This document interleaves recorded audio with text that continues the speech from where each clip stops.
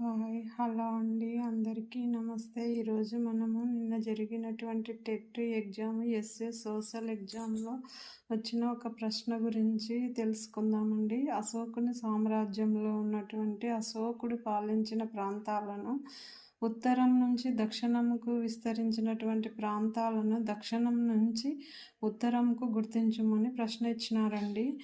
ఇక్కడ ఉత్తరం నుంచి తీసుకుంటే మొదట తక్షశిల, తర్వాత పాటలీపుత్రము, ఉజ్జయిని, సువర్ణగిరి ఈ విధంగా ఉన్నాయండి.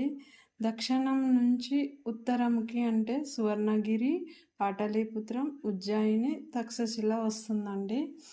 అశోకుడు పాలించిన ప్రాంతాలు వచ్చేసి తక్షశిల, ఉజ్జయిని, పాటలీపుత్ర, కోసల, సువర్ణగిరి. ఈ 5 ప్రాంతాలను అశోకుడు పాలించిన రాజ్యాలండి. తర్వాత అశోక సామ్రాజ్యంలో ఉన్నటువంటి అశోక సామ్రాజ్యంలో ఉన్నటువంటి మిగతా ప్రాంతాలను అశోక సామ్రాజ్యంలో అశోక రాజ్యంలో ఉన్నటువంటి రాకుమారులు, తర్వాత మంత్రుల కుమారులు, తర్వాత సైన్యాధిపతుల కుమారులు రాజప్రతినిధులుగా, గవర్నర్లుగా పనిచేసినారండి. ఈ 5 ప్రాంతాలను మాత్రమే అశోకుడు పాలించేవాడు.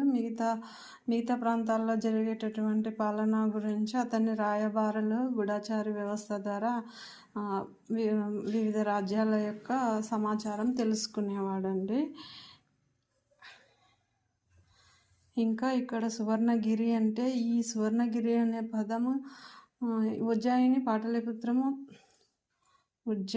పాటలీపుత్రం,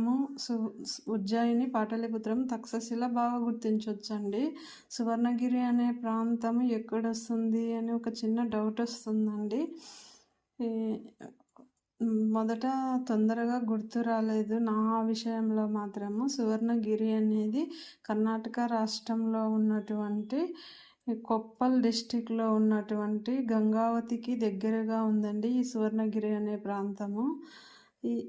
ఇంకొక ప్రాంతానికి కూడా సువర్ణగిరి అనే పేరు ఉందంట అండి. బెంగళూరులో ఉన్నటువంటి గిరినగర్లో ఉన్న శ్రీ వాసవి కన్యకా పరమేశ్వరి ఆలయం పేరు కూడా సువర్ణగిరి అని చెబుతున్నారండి. సువర్ణగిరి కర్ణాటక రాష్ట్రంలో ఉన్నటువంటి ఒక ప్రాంతం పేరండి. ఈ కర్ణాటక రాష్ట్రంలో ఉన్నటువంటి సువర్ణగిరిని కూడా అశోకుడు పాలించినాడండి. ఇక్కడ వచ్చేసి తమిళనాడు, కేరళ, కర్ణాటక, ఆంధ్రప్రదేశ్, తెలంగాణ, మహారాష్ట్ర అండి. ఈ కర్ణాటకలో ఉన్నటువంటి సువర్ణగిరి ఇక్కడి దాకా అశోక